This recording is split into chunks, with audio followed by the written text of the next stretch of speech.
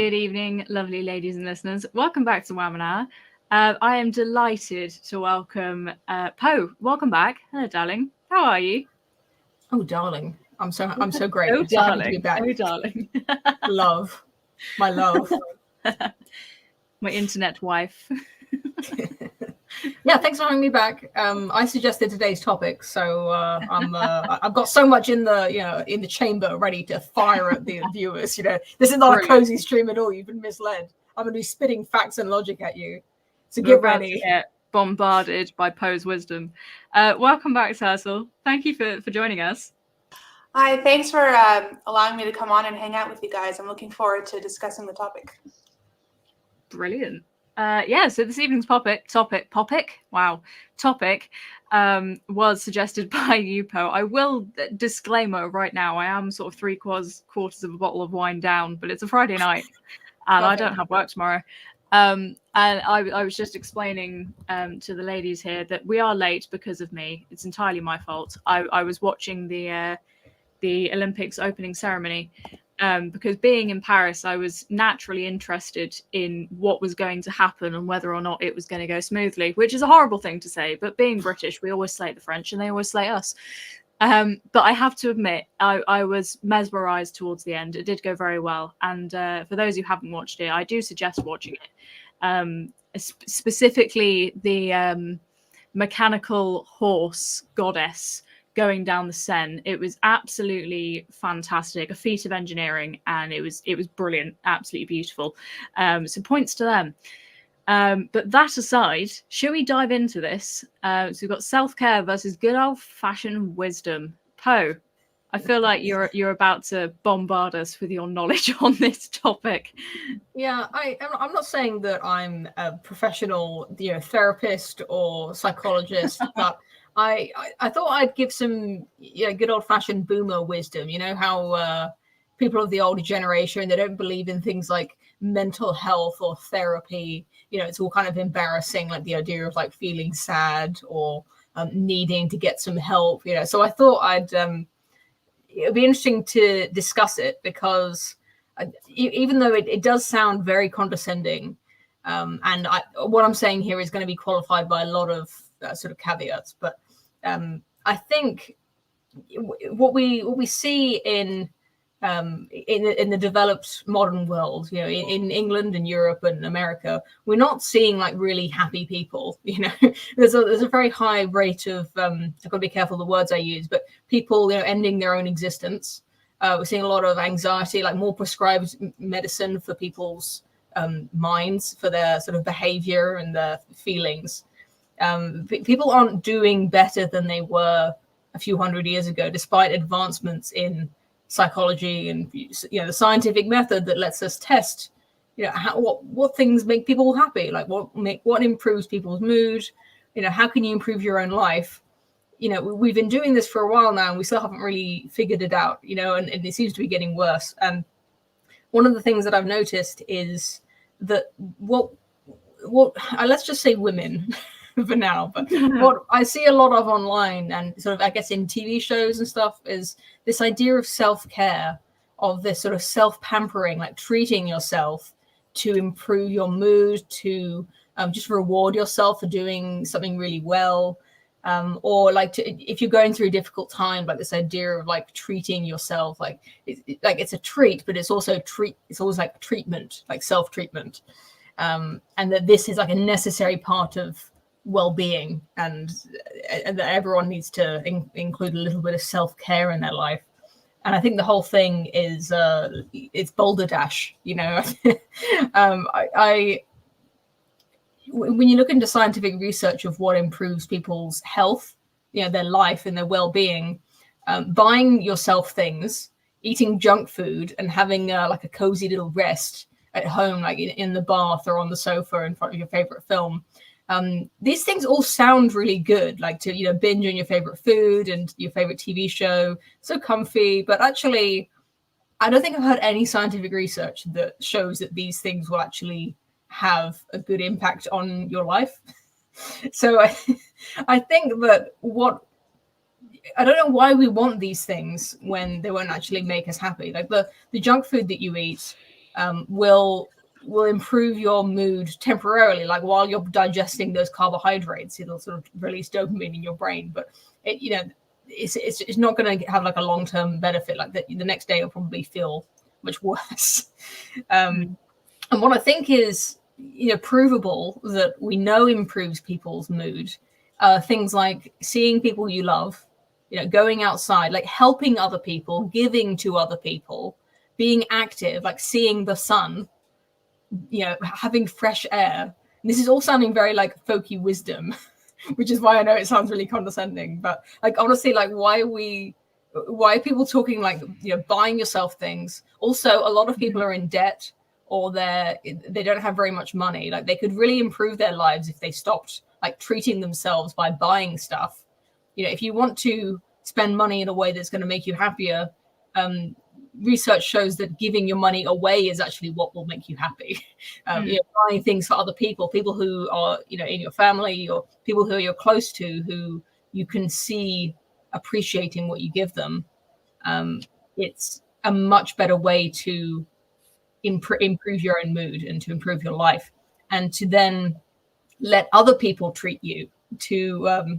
And I think the idea is that what really improves people's outlook on life or their well-being is to have a high opinion of oneself. So if you met yourself on the street and you just met yourself for the first time, is this a person that you would like? Is this a person that you would admire?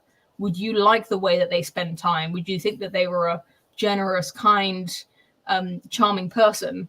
This is the kind of thing that makes people happy, is to have this high idea of themselves. And when you do good things for other people, when you go outside and do interesting things, you join a group, or you contribute to your community, that makes you admire yourself more. What they call it self-esteem, which is a very new term. Like it kind of sounds so I am borrowing from the modern lexicon, but raising your self-esteem by becoming someone who you would like. if you didn't know yourself and you just make yourself the kind of person that you would like, that's what actually improves people's lives and makes them feel better. Not eating junk food and buying stuff that will temporarily make them happy in the moment. So any thoughts on that? Absolutely. Go on, Turtle. You're very skeptical, Turtle. So we can see your face. So I mean, it's like I can see all the facial expressions you're making in every comment Bo's made. Go on.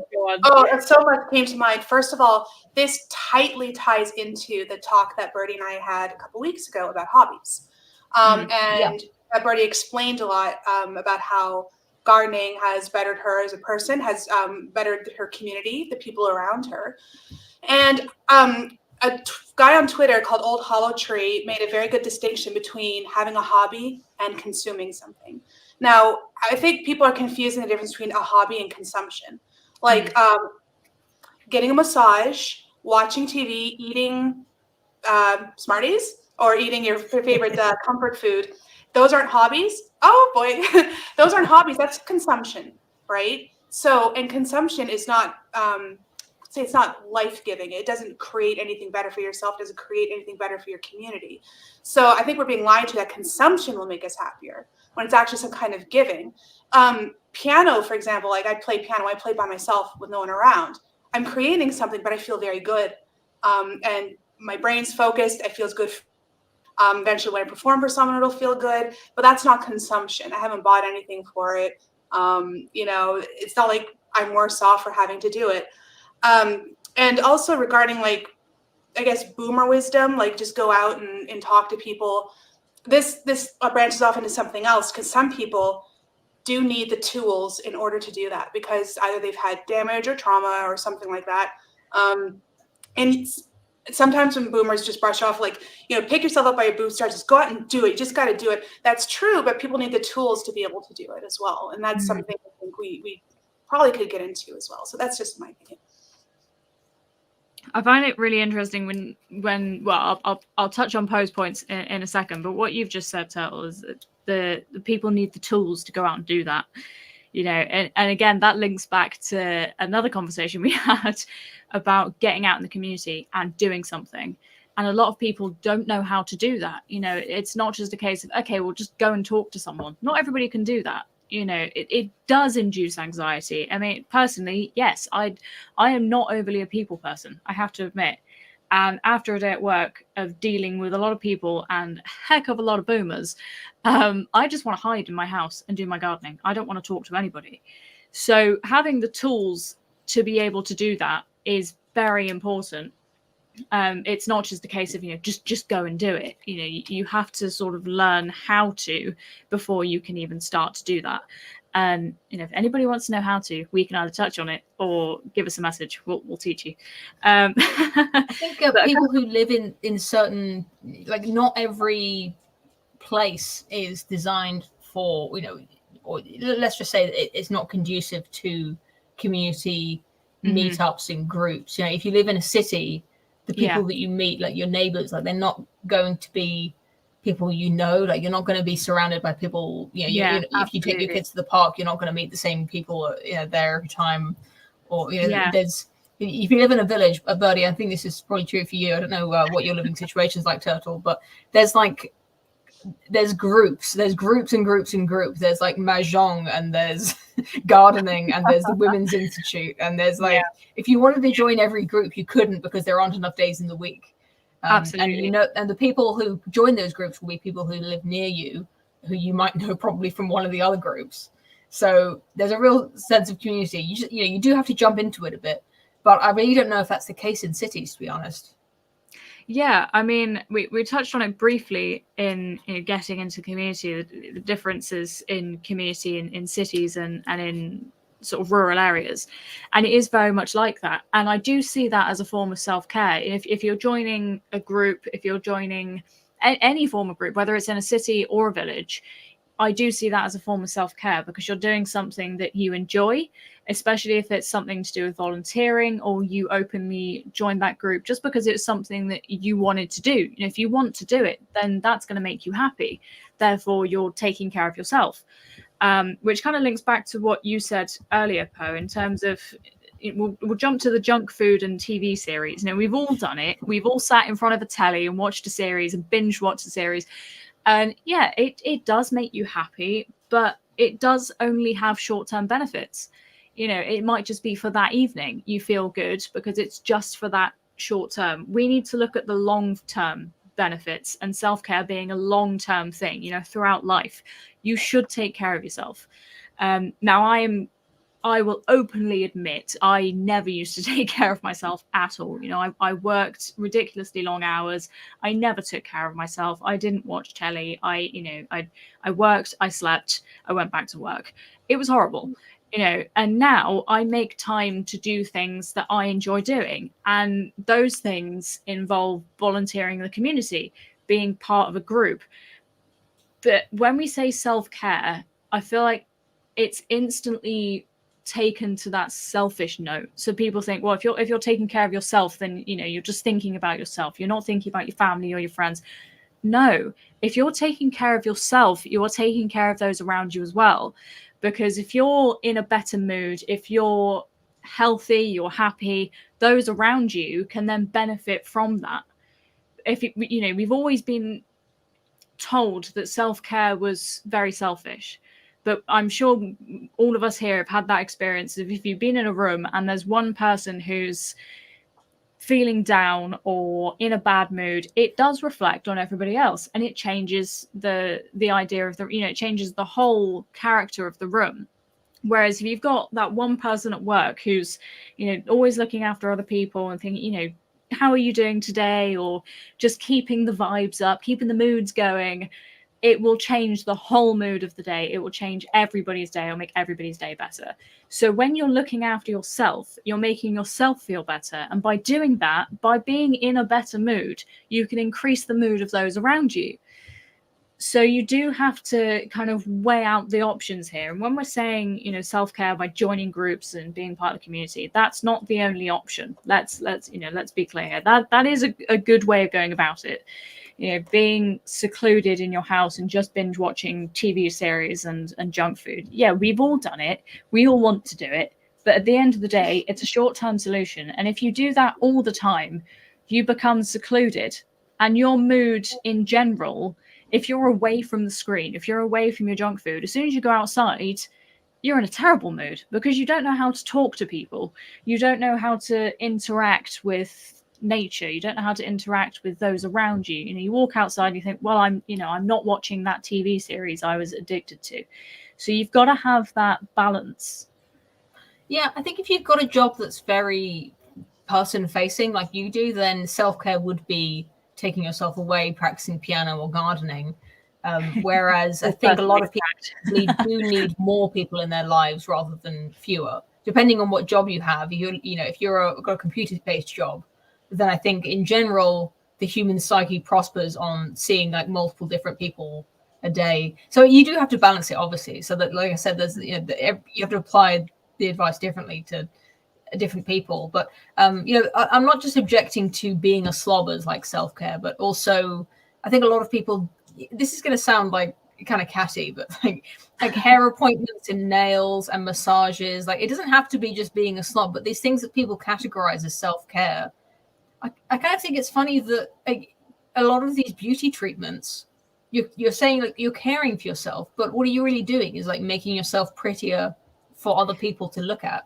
And like you're going to raise your self-esteem by looking prettier, which is a treadmill that you will just never get off. Like the beauty ladder is like is a race that like not many women can win.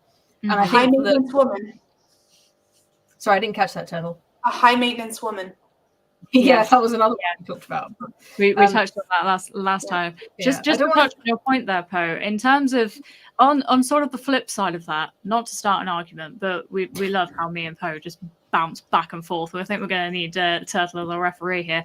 But in terms of women who we would, let's say, consider high maintenance in the loosest terms, who in their terms of self-care is getting their nails done, their hair done constantly, is that a way of self-care, not just because they're, as they see it, taking care of themselves, but when they go to these places, they're having discussions with, that they're getting involved in conversations with their hairdresser, with their nail tech. So is that their way of sort of communicating? So I don't know whether this is a thing. I feel we need some numbers on this, but if it's more common for those who live in the city to do these things, because the only sort of outside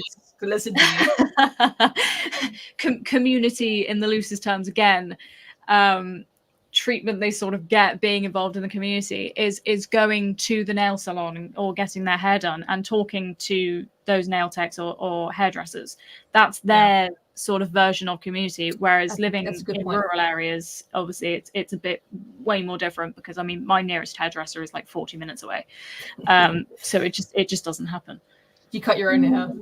That's self-care. That's the true self-care. My hairdresser hates me. It's one of those awkward things. Since the wedding, I now have to actually take care of my hair and do something with it, and she's trying to make it even thicker than it already is, which is giving me headaches on a daily. But she's been cutting my hair for 20 years now, and every time I see her, it's a constant catch up and what have you been up to sort of thing. But she's an hour and a half away from me, so it is very much a different form of community, I would say.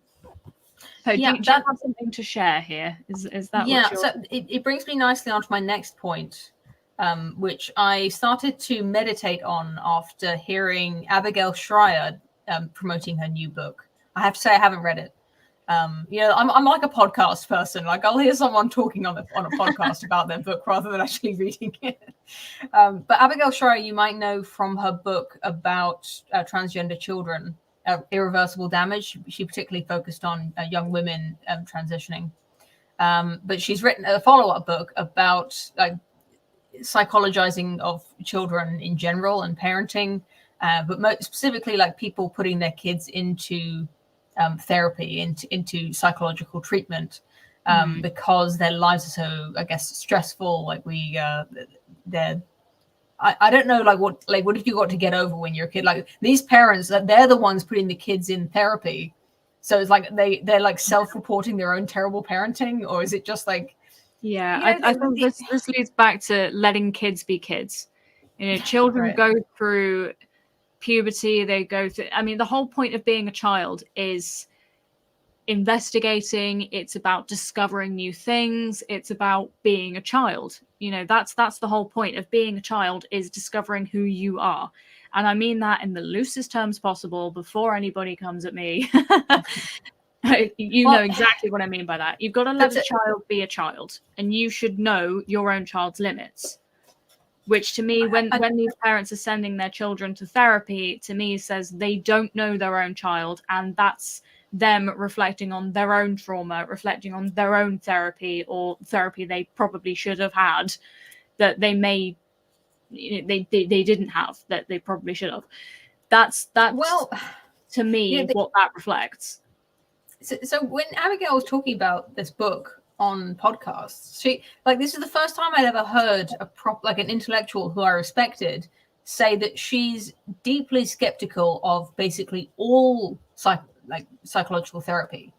So she says, in limited cases where somebody has a behavioral disorder, they obviously need to have sort of coaching in order to find the tools, to come back to what Turtle said. They need lessons almost in how to function appropriately in society, how to manage their own emotions, how to manage their own behavior. There's people who have specific disorders or specific trauma or difficulties. They need some coaching for a while, and then that should end. Once they have the tools they need, they can then move on. But this idea that's becoming more popular, that basically everybody who has troubles, difficulties, who has stress, who has emotions that they can't control, emotions that they don't want, that they need to be sort of weekly in sort of therapy sessions. And I don't know about you two, but I get bombarded with adverts for BetterHelp, the online. Yes. It's on TV now as well. I made the rare decision to watch normal television, and there were adverts for BetterHelp constantly. And I thought, what on earth has happened to this country? And I don't know, is this the same everywhere else? Do they get constant therapy? I think they're probably targeting it at women who are our age, but I don't know what other demographics are also getting it. Anyway, my point is that I think that a lot of people go to therapy because they basically want to have the chat. They want to have chat with a friend, and also with probably for a lot of people, a therapist is an educated, upper middle class person who they, if they are in a sort of a lower socioeconomic sort of class, they want to earn the respect of this person. So talking to someone who is, I guess, sort of above you in status, or perceived to be an intellectual, a really interesting person who you'd like to be friends with, paying this person to listen to you talk for an hour every week is probably beneficial for the psyche, but not for the reasons that you think. It probably is beneficial for your mood, because in your mind, in the part of your brain that's processing your emotions without the ego, without the without sort of cognizant thought of it, it feels like you have a friend. You even if you know that they're not actually your friend, emotionally it feels like it. You know what I'm saying? Yeah. I mean, I will openly admit I sent myself to therapy when I was 15. I was quite young, naturally. For this therapist to turn around and say that it wasn't working, and then put me on a 3-year waiting list, which I see as a flex now, because I'm like, okay, because I walked away, never did it again. I've got friends who are therapists. I've got friends who have been to therapy, and the whole sort of enigma of you kind of want to open up to somebody who gets it, somebody who's your friend. The way I see it is a therapist is a stranger to you. You are telling them things that are, yes, very personal, but also traumatized you. But do they really know you? Do they know you as a person? Do they spend day to day with you? No, they spend maybe 2-3 times a week at most. You know, so when people say, you know, you open up to your therapist, they become a friend, I'm sure that can be the case at some points. I mean, unfortunately, I had a bad experience with with a certain therapist at a very young age. But my opinion on this is, if you, I mean, I'm very lucky to be living and marrying my best friend. So if anything is wrong, or I'm overwhelmed, or there's something that's troubling me, whatever, I will talk to my other half about it. He is my therapist, and I'm his therapist. You know, if something goes wrong, we talk to each other. So it stays within the household. So again, about that self-help that I was talking about earlier, about your mood affects others. If anything is wrong, we discuss it within the house in a safe zone between ourselves. And I feel that's very much the same with children. Your children should be able to talk to their parents about these things. You know, why should they have to go to a stranger to tell them everything that's wrong? You know, I completely understand that it may be the parents that are the problem. I get that, which is a shame. Obviously, we don't want that. But my very sort of traditional way of thinking is that the children should be able to talk to their parents about these things. You know, if it's the child's choice to go to a therapist, bearing in mind what I have just said, that I sent myself to a therapist when I was 15. This is no hate on my parents at all. It's a very awkward situation to be in, because you are a child, you are still discovering things, and at the end of the day, you don't quite understand the full nature of what's going on. And I really wished the therapist I had at the time was as open to me then as some adults have been to me now. You know, I've learned more as an adult by not going to a therapist and just talking to those who I do, you know, truly love and trust, than I ever did as a child going to a therapist. Because as a child, the therapist isn't going to tell you everything they would say to an adult. You know, at the end, they are talking to a child. So they're not going to be as honest, as open, and as brutally honest as they probably should be.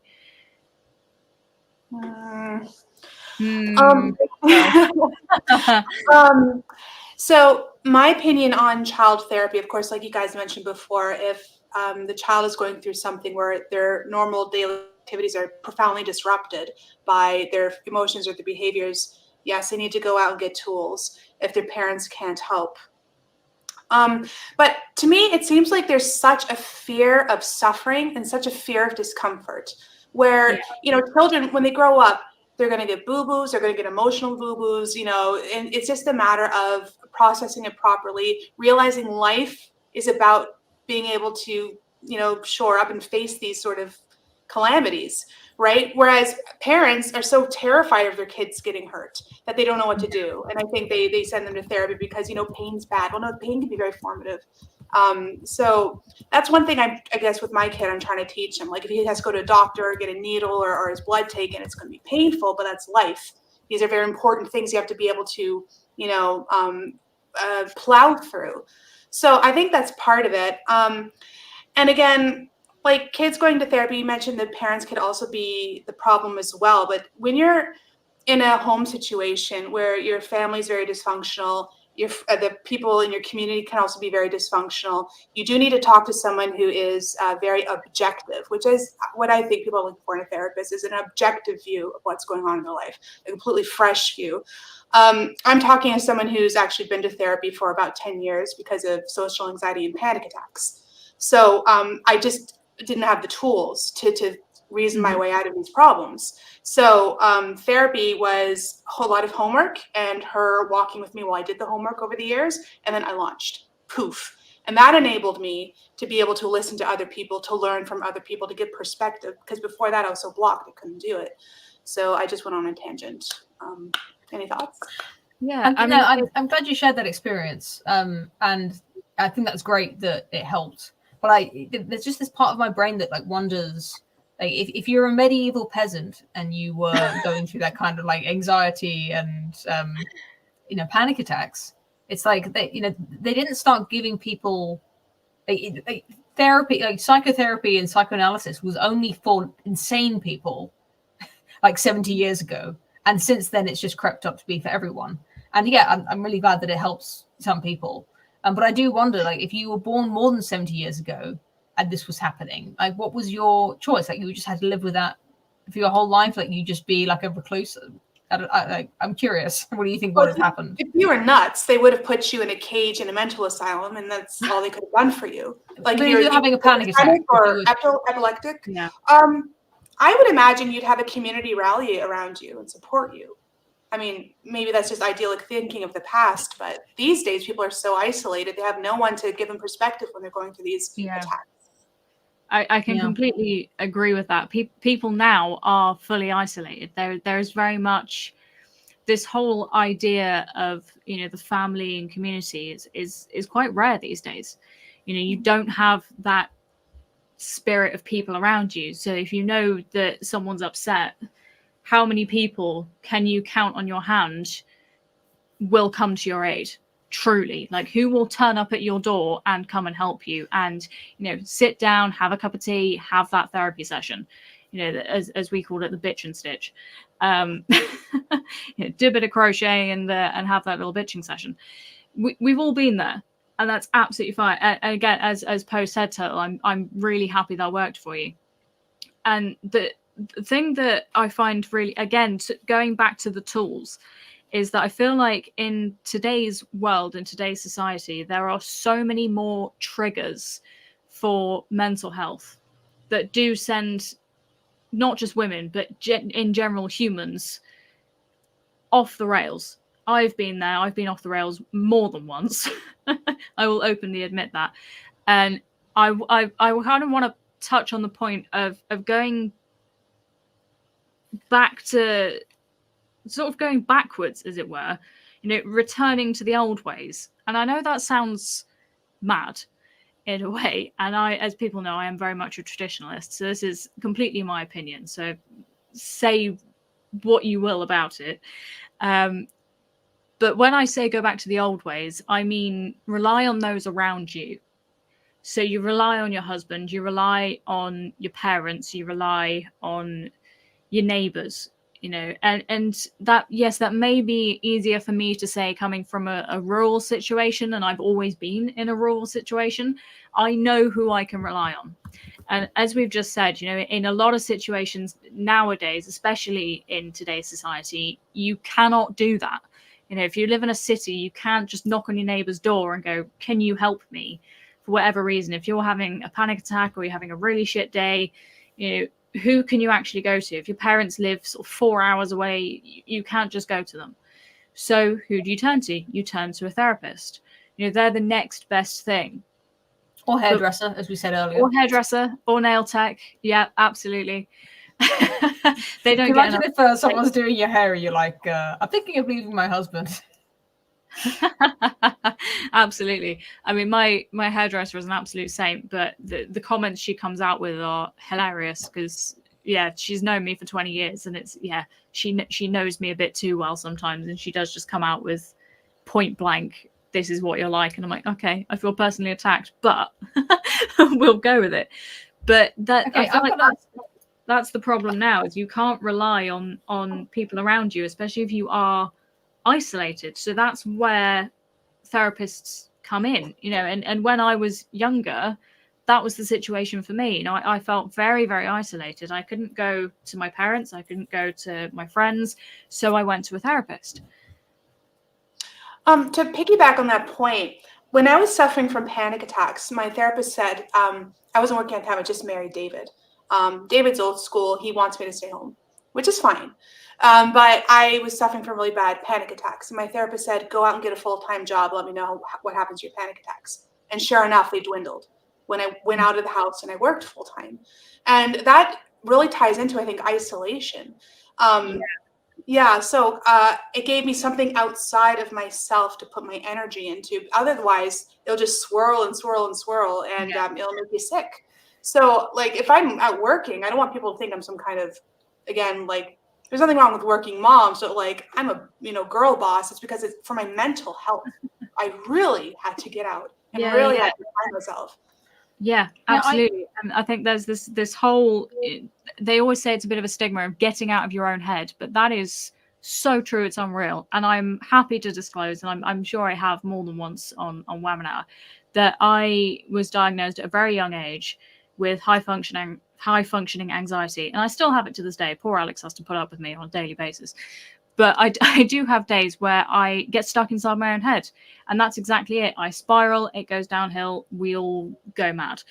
But as we mentioned on the last stream, gardening helped me with that. So I managed to get myself out of that space by doing something, by going outside, and that's my form of self-help. Whether it's cleaning your house, going out in the garden, groups, whatever it may be, it's getting out of your own space is a very key point to this. Yeah, I recently heard some scientific, like, big disclaimer. Like, I don't know anything, right? But this sounds right to me. Like, I heard about some research that's been done on metabolism recently. That is like how many calories you burn in a day.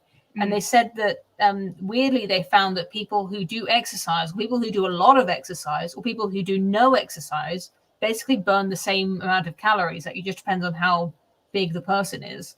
But what happens is when you are sedentary, your brain burns the calories by stressing you out, or like your immune system will use more of your energy. I don't know if it's true, but it really seems true that when you haven't done enough physical activity in a day, it activates your mind and you become way overactive, and you can't sleep because your brain is still burning those calories. Yeah. Sorry, Ted, I interrupted you. I've also heard that. It's very, very true. Yeah, I can fully relate to that. Tel, did you have something to add to that? I completely forgot what I was going to say. That's all right. Sorry. Sorry. Okay, don't worry. It wasn't that important, I guess. Should we touch on because I know we said self-care versus old-fashioned wisdom. Now, what do we? So we've sort of established that self-care nowadays is more sort of the way you look, therapy, very focused on mental health. That sort of self-care is looking after your mind just as much as your body. So what do we think about the old-fashioned wisdom side of things? So let's turn back the clock a bit. So let's go.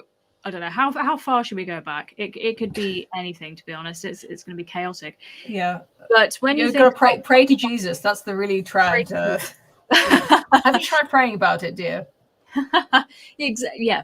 When you think of old-fashioned wisdom, the wisdom part is an interesting thing. And when I think of old-fashioned wisdom, I instantly think of old wives' tales, and things like touching grass is something we say quite a lot. And as I mentioned in the last stream with Turtle, there is actually a scientific reason behind this, and actually touching grass and soil does benefit your health. But what's everyone's takes on that? So what do we think of old-fashioned wisdom in terms of what was self-care back then? You can pick any era, go for it. Just what do we think? What's the difference? Why are we relying on things now? I think people would go to the pub and they would sing songs together and drink. Yeah. And when there was like a celebration, they would dance together. There would be live music. I said they would go eat food. Back. I said go back in history, not my life now. Dancing around the maypole, Again, go back further. It is that very much community spirit, though, isn't it? You go back then, and sort of self-care is very much going to the pub with your mates and catching up with people. People's houses did not used to be great. Like, they did not have like any way to pamper themselves at home at all. Like, if they were like, maybe they could boil some water and have like a warm bath instead of like bathing in the stream. Like, maybe that would be self-care for them. Like boiling water and having a warm I feel bathe. Personally attacked. Can we go back further again? For those listening, I'm only saying that because our water went off the other day, and we had to boil some water, and I washed in the sink like a peasant. When your standards are lower, it's a lot easier to pamper yourself. Yes, it's true. It is true. My standards have dropped massively. But it is true. I mean, we're watching, I've watched it a few times anyway, but I don't know if anyone's seen it, but there's a few series on I mean, you can watch it on YouTube, on various other platforms of streaming. The one we're watching at the moment is Edwardian Farm, and it's filmed at a place where I used to work called Morwellham Quay. And what makes me laugh is it was filmed back in, I think it was 2004, something like that. And I can tell Alex exactly who those people are, where that place is, the route I used to take to work, the route I used to take to school, who that field belongs to, absolutely everything. But the standards of, because of course they've gone back to the Edwardian era, and that they live a full calendar year as an Edwardian. So there's three of them basically. There's a woman and two men. So there's two archaeologists, and it's Ruth Goodman, if anyone's, and Alex Langlands, if anyone's heard of them. But they do a few different series. Do Victorian Farm, Edwardian Farm. I think they do a 1940s one as well. They do a Tudor farm. They do all sorts of things. But watching those, I can't help but laugh at some of them, because there are certain things that they do that we have had to do, and that Alex is kind of, as in my Alex, not Alex Langlands, that he's had to sort of accommodate to, because we have no money for a start, and the cottage we live in, we're prone to power cuts, we're prone to the water going off, various things during winter, so we do revert back to the old ways, and boiling your water in front of the fire and all sorts of nonsense like that. It does make you think of the smaller things. And yes, we laugh at it. It is quite funny, because you think it's the 21st century, and yet I'm boiling a gallon kettle in front of a fire. It's ridiculous. But it does really make you think of the smaller things. And in some ways, that kind of helps with my sort of self-help side of things, because I focus on the small things.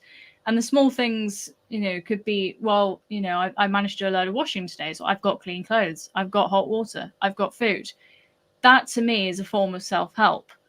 If you're looking after the place you live in, if you're looking after the person you love, then surely that's a form of self-help. I think you're right. And I've heard recently that some Stoics, that is sort of modern Stoics, exercise what they call forced deprivation, where they will basically deprive themselves of, like, instead of eating sandwiches, they'll just eat plain bread or something for a week, and go, when they go back to sandwiches, it's like, wow, I love sandwiches, I'm so grateful for sandwiches. But I think that's basically what camping is. Like, you don't really enjoy yourself when you're camping, you're just like so glad when it's over.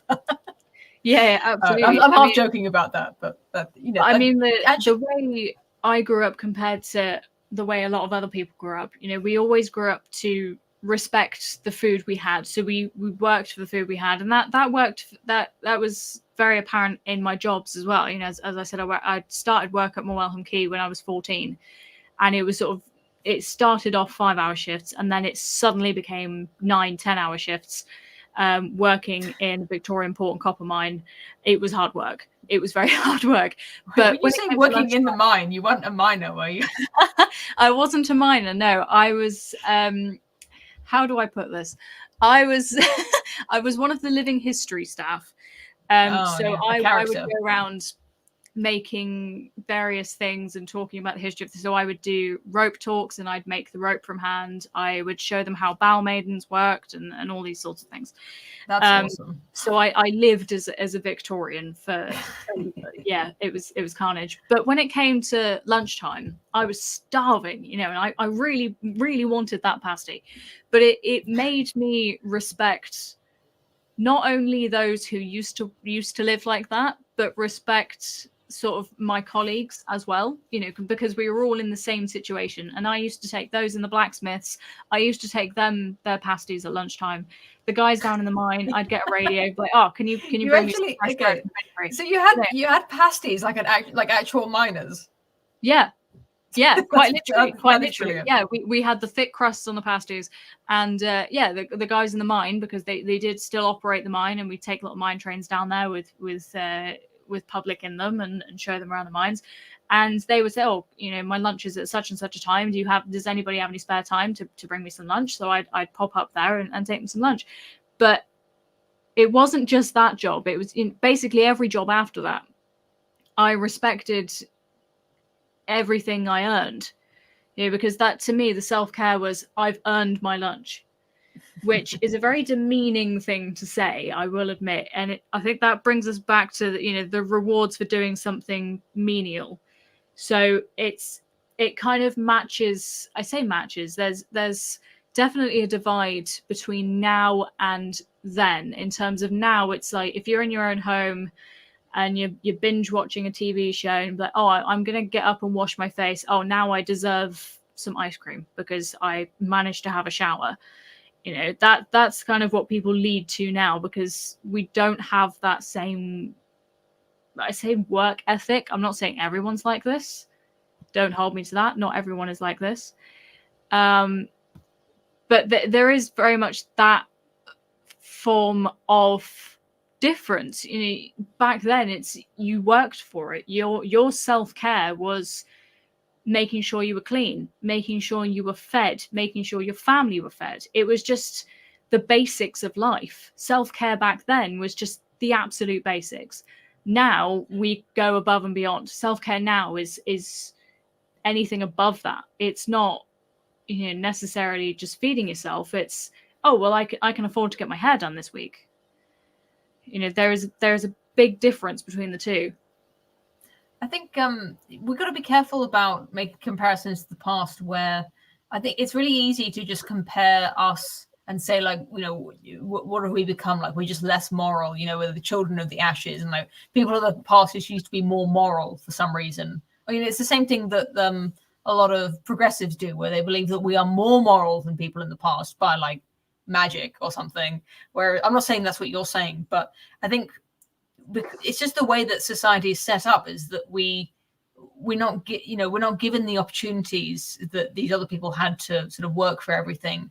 Our lives are not set up in a way that's conducive to gratitude and good moral behavior and good work ethic. So it's not like work ethic has just gone down. I think it's life. Sorry, Turtle, I think you had something to say. No, it sounds like the work ethic, like you said, hasn't gone away. It just sort of changed form, right? It sounds like Birdie's talking about people actually creating and enjoying the fruits of their own labor. Like cooking your own meal or growing your own food, or you really had to work. Yeah, you really had to work for it. Whereas now there's, I think, a really big divide where you go into an office, work 8 to 10 hours a day, and then you come home twice a month, you get a big paycheck, and then you just go to the store and you buy everything. It's not really that, it doesn't really feel that satisfactory. Like there's not really a connect between the work you're doing and the spoils you get from that work. That's so true, I think the key thing from that is everything now is so convenient. So you don't have that satisfaction. It ruins the satisfaction of making your own food, because everything is so convenient. You can pick up a meal deal or go and get a takeaway. You don't have that. Well, I've harvested my own vegetables, which I grew myself, and the farmer down the road, that's where the meat came from. You don't have that anymore. I mean, you do. That's why you go camping and you boil the water on the little fire, and then you make yourself a cup of tea. And it's like, it's 10 times harder than the tea you make at home, but it tastes so much better because you've worked for it. It does. And again, I can wholly relate to this. We've been to many, many steam fairs where we've had an engine in steam all day, and that cup of tea at 3:00 is just the best thing you could possibly have. It tastes so much better because you've worked for it. And that to me is self-care, because it's like, well, I'm looking after myself, but I won't just be like, oh, okay, I'm making myself a cup of tea. You instantly go, right, the crew needs tea and food as well. So it's not just, I feel like self-care is, again, going back to it feels very selfish, but it's not just about yourself at the end of the day. You're doing it for other people. If you look after yourself, you're looking after other people. True. I was thinking about the women going to the salons and stuff for self-care, and you mentioned they're doing it, as a way as an outlet to socialize with people. But I do think a lot of it is when you go to a salon or you get a massage, it's really a status symbol, right? Like you're wealthy enough to have that sort of thing. So it's not so much self-care as much as it is like your ego. and being vain. Again, I don't want to assume motivations of people, but I think that's a really big part of it. You're showing off something when you're doing that. Yeah, absolutely. I mean, we have, without disclosing any names, of course, we have a couple that come down to my work, and they come down every year, and we've nicknamed them the Instagram couple. And it's purely because they always I know why already. You don't even have to explain it. I get it already. Exactly. Yeah, You've they're always described it perfectly. selfies. She's got fake hair. Everything about her is fake, from chest down. You know what I mean by that is fake. He's got his hair dyed, and he is the only. He will come up and talk to me. He is the only one that do the talking. I've never heard a word out of her mouth. And to me, I'm kind of like, yeah, but do you deserve this? But I know it's a horrible thing to say, but I'm kind of like, your self-care is, in my eyes, very vain. Whereas, we spoke about it before, I'm a very low maintenance woman with high maintenance hobbies. That's, to me, that's a different world. Doing your hair all the time, doing your nails all the time, having time in general to do that, to me is crazy. But that's their idea of self-care. Well, would they even do it? Will they even do it if people never notice them doing it? That's it. Exactly. If let's say social media just didn't exist, would they go to the effort to dye their hair or have a boob job or, have their teeth whitened? Would they do that? Or would they engage in community projects? Would they volunteer? Would they go out in public without having all that done? Or is that just a vanity symbol to them? Would they look in a mirror and go, no, I'm not perfect. I have to go and, there is no such thing as perfect, of course. But, mirrors have existed for centuries. Would that kind of person look in a mirror and go, I can't go into public. I can't go down the pub with my friends until I've bleached my hair? Would that still be a thing?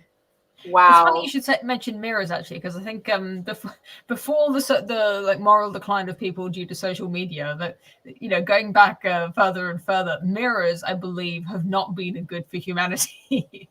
And some days I'll play like an experiment with myself where I try not to look in the mirror, and I'll do my like hair and my like moisturizer in the microwave, like the reflective black mirror of the microwave glass, where I can't really see myself, but I could do it enough. Because I just think it's, like you look at yourself way too carefully, and you're like judging yourself and like being self-critical and like you said in the episode about being high maintenance. It's like I'd rather just not think about how I look, because that's not what I want other people to judge me for, and that's just what that's not what I want to obsess about myself. And every day I look at myself, I just look older, so it's not going to make me happy. I just rather not look. Your point on being self-critical really links back to when you said having a high opinion of yourself. And self-care now, I feel like, is very much led to that.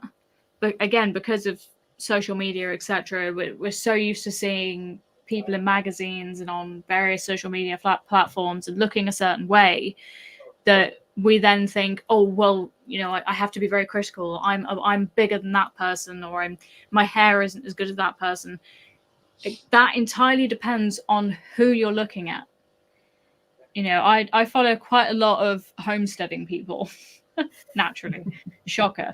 But 9 times out of 10, their hair is a mess, and they don't wear makeup, and their skin's not perfect, and they've got dirt under their nails. And I'm thinking, you know what? That I can get, because as you said, Poe, like at the end of the day, it depends on what you want people to see in you.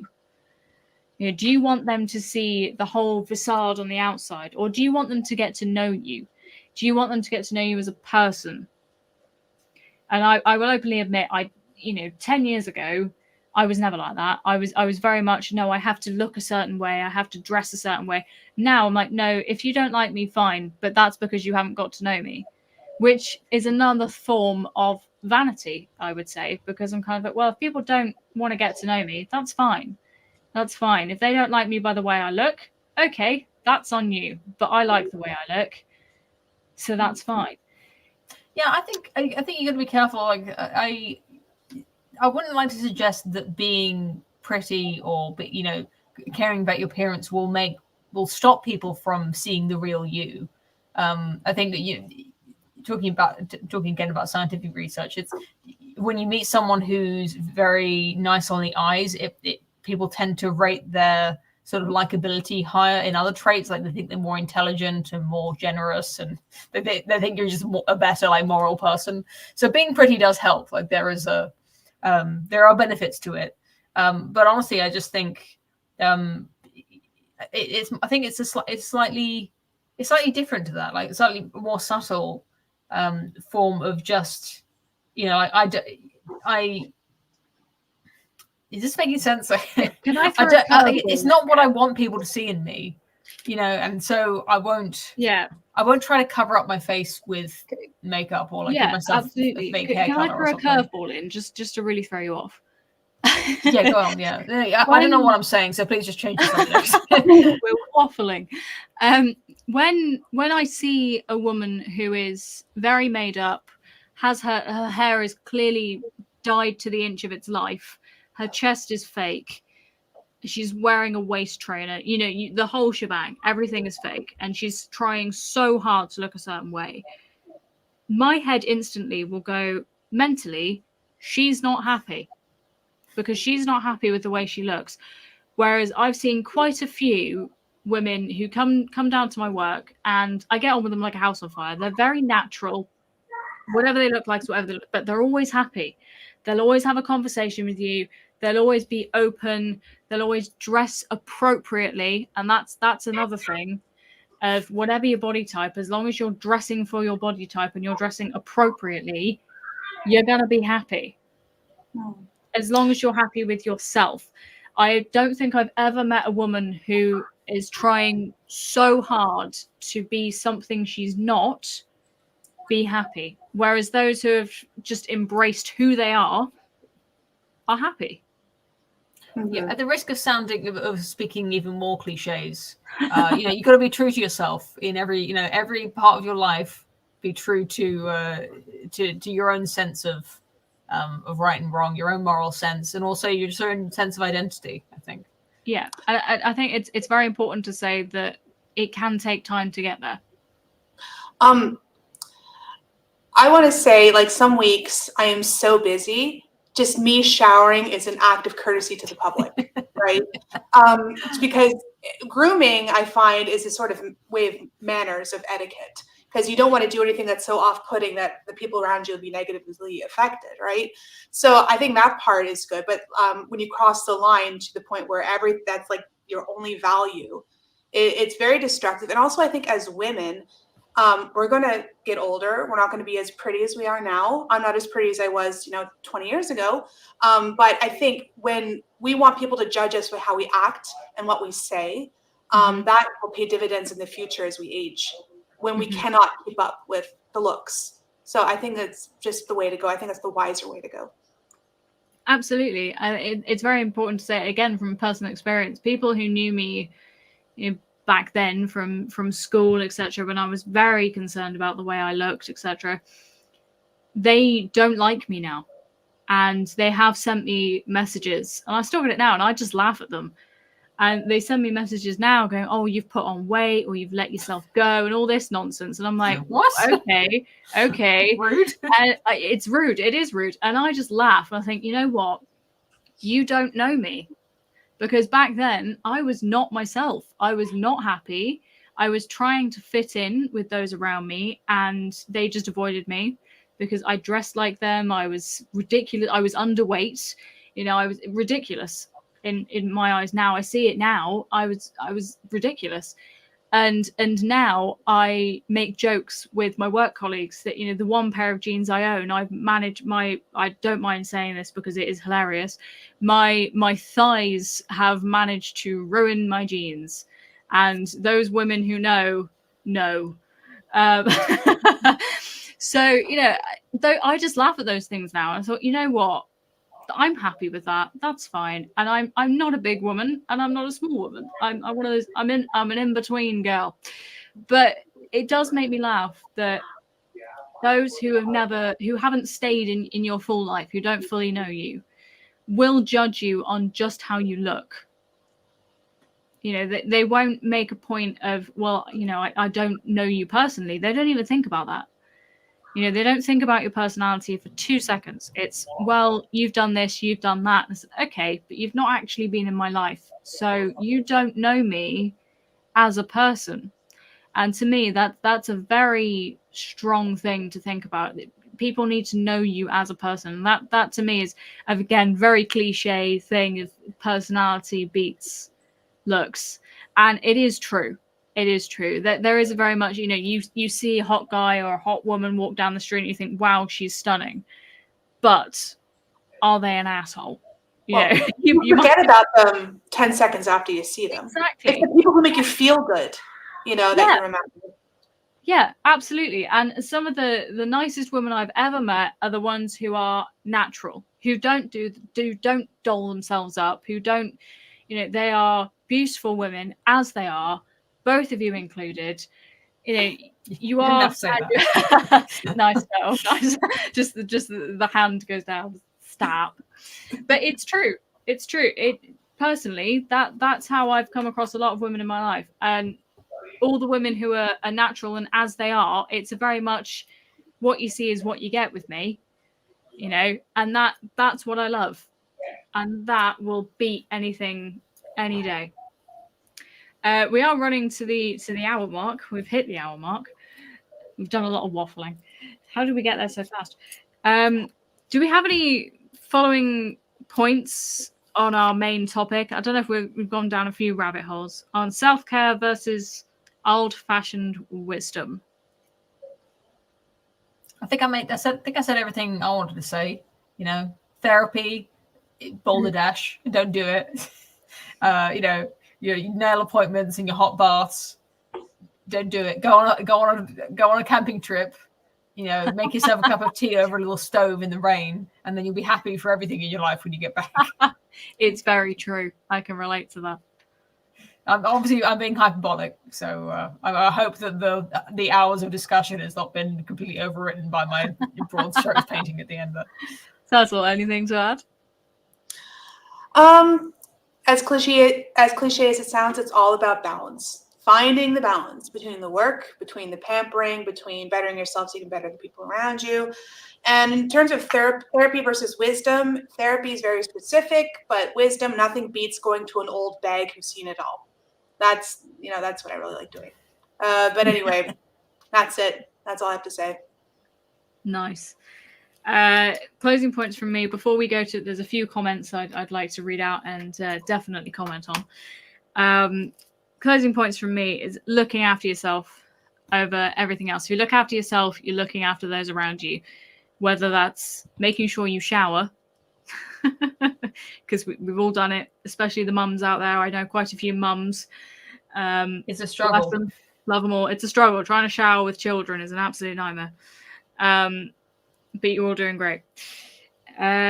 Look after yourself is the main thing. However you want to do that, just look after yourself. There's a few comments that are quite amusing. Let's scroll back here. Where are we? I enjoyed touch grass, smell moss. Yeah, that could be that could be like embroidered on like a beautiful like needle point. I'd like that. I am doing some cross stitch at the moment, and fingers crossed when I finish it, it will be part of my backdrop for when I do have my camera on, and I hope people get the meme. Where are we? I'm completely lost now. Here we go. Lukey Worlds, first one. We'll start from the very top. It's really important to have somebody you can confide with. Just being around people could help blow away the mental cobwebs. Absolutely. So that relates back to when we were saying you can talk to your partner and be around people you trust and love very much. I think someone said that they're simulating female friendship by watching Wamen Hour, which I appreciate. I'll take that. That was Get Lost. I've got so many from Get Lost. Thank you, Get Lost, for all your comments. There's quite a few. Yeah, there's been a proper little chatter in the, There's been I'm struggling to keep up with them all. I'm not reading. I don't have my glasses on either, which really isn't helping. So I'm very unnervingly close to the screen. I'm very glad I don't have my my camera on, because all you'd see is my nose. Here's one from Get Lost, which I found quite interesting. Doing your hair and nails, spend money on dresses and such is embracing your femininity. What do we think on that? You know, I've kind of passed. Turl's just shaking her head. I've kind of passed my comment on natural femininity. Is my personal choice. It's a very modern take on femininity. This idea of it's something that obviously, you know, think of Marie Antoinette. You know, not a terribly modern.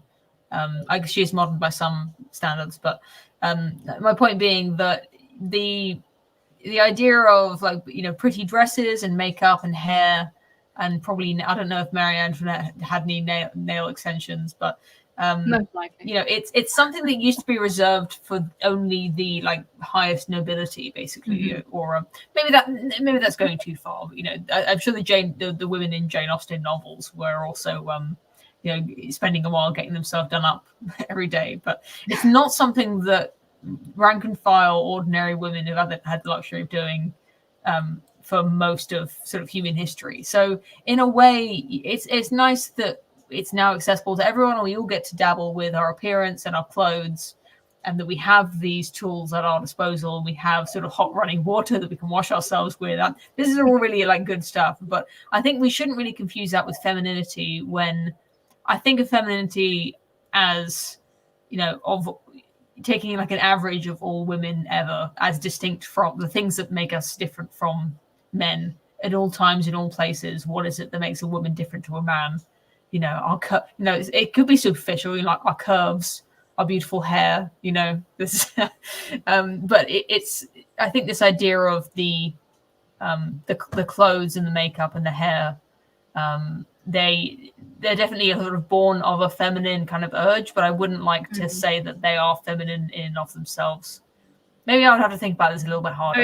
I'd almost go as far as saying femininity is a lot about action over looks. I agree. I think the looks is a manifestation of the sort of softness and beauty that women naturally have, but it's not necessary to be a feminine creature. Just simply by being born woman, you are a feminine creature, whether you express it through dresses or not. I'm full-blown tomboy, especially after I got married, except for the long hair. I keep my hair long because I think it looks better. I think it's pretty, and David likes it. So that's why. But for me, embracing femininity is loving my husband and being a good mother and respecting the hierarchy of the sexes. Honestly, I think, to me, that's how I express my femininity. It's having dresses and makeup means nothing if you're a bitch. I think it's but outside of romantic relationships, I also think it's possible to be feminine with, you know, in social situations, or, you know, there's a feminine way of maybe walking, you know, there's a feminine way of laughing. I think there's lots of ways to be feminine that aren't strictly sort of romantic. Not that that's what you were saying. I just wanted to sort of build on that. Yeah, definitely. Maybe that should be a different subject, because it feels a bit tangential to what we're talking about now. Well, yeah, maybe we'll do a stream on femininity, because that can go down a whole new rabbit hole. I mean, this one I found funny from Get Lost. Can't be getting advice from a woman who has life on easy mode. No woman has life on easy mode. If you were my therapist, you'd have a heart attack. It's easy now because I worked for it. That's my dig to you. I know what she means, though, because, you know, sometimes when you you ever like confide in your female friend about something, and it's like they're really well-meaning, and they're like they want to sympathize and, like, give you some good advice, and then they'll just say something through it. You know, like they'll give you some advice. It's like, well, if you try talking to, you know, like, oh, for example, this has never happened to me, of course. Like, my mother is, like, being really difficult, and I can't deal with her, like she's making unreasonable demands or something, and your friend is like, have you tried talking to her about how you feel? And I'm like, wait, you've never met her, like you have no idea how crazy what you just said sounded. Like this is obviously like just a made up example, but when someone who's like obviously does not comprehend the magnitude of the problem I'm dealing with because their mother is like occasionally irritating. Definitely. I think, and every stream I do, I'm very conscious of the fact that the people who listen, apart from those who know me very well, have no idea the crap I have been through. But at the same time, it's like, if these people don't know me, so, you know, that if me living in the Shire now is like, oh, you've got an easy life, etc., etc. It's like, yes, but I worked to get here, and both myself and Alex work to keep it that way. So I'm open to those comments. That's absolutely fine. We're open to that. An interesting one from Samiaki. Hello, Samiaki. Really concerned about the certain chemicals used in beauty products. I'm not going to poison myself to keep up with beauty trends. I've also got a sensitivity to formaldehyde. I don't want to know why you're using formaldehyde. I'm a little bit concerned about that. But yes, there are a lot of chemicals in modern beauty products, and I will openly.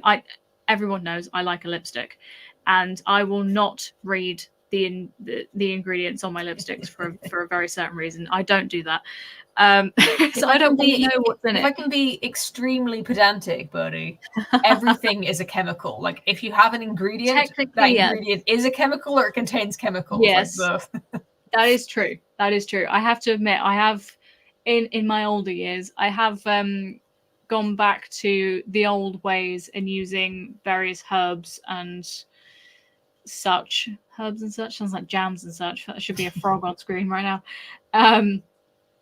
To heal various ailments, not because it's better. I'm not going to go down the hippie vibe of it's better for you or whatever. But if there's something, I will use an example of the moment. I've got it's a calendula balm, and it has 4 ingredients. It's got lavender, calendula, beeswax, and there's another oil in it, and I can't remember what it is, which is really bad without reading the pot. But I use that for all sorts. Living in the countryside, you get bitten a lot by bugs. Use it for that. I've used it on Alex's burn recently. Anybody who follows us, he did whack his arm against one of our engine's chimneys, which is an interesting burn. But I know exactly what's in it, and I like knowing what's in my products. And I know some people will say, oh, just read the back of the bottle and you can see what's in it. But if there's something on there where I look at it and I think, I don't know what that is, if I can actually source those ingredients from my garden and those around me, I know exactly where it's come from, which it's a personal thing. It's a personal form of self-help, you might say. I know where it's come from, and I just feel more comfortable using it. That's a personal thing. I'm just saying nettles and guano can also be found in your back garden, and you would not want to put them on your face, you know. No, but stinging nettles are very good for you, Poe. They are very good for you. All right. Don't get me started on stinging nails. Tangent over. Tangent over. That's another. I've declared it. Together. Declared it. Tangent over. That's a whole new discussion of natural herbs and remedies.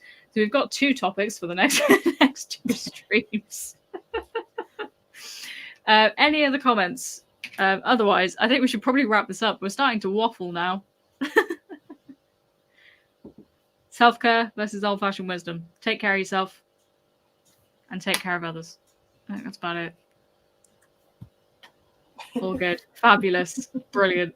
Good night, all. Thank you both for joining me. Good night. And those who commented, links below. Turtle, I will link you below. Because I will admit I completely forgot, so I will do that ASAP. Oh, look, I haven't been posting my channel for a long time, but I will be posting soon. Okay. So look out for a video. I don't know if anyone will be interested in this, but if it's anyone who will watch it, it'll be the Wamen Hour crowd, because it's about the home that we live in now. We're about to move, so I want to make a slightly embarrassing video about how we've been living in a 1-bedroom flat for the last 7 years, and we've got 2 kids who are, who we live here with. So I wanted to sort of document that, and I think people will be interested in it. So look out for that video coming up soon. I will definitely be watching that. And all I can say to that, Poe, is well done, you absolute star, because that is carnage. We're finally making it out of here. Yes, Poe. On that note, good night all. Thank you for joining, and we'll see you on the next one.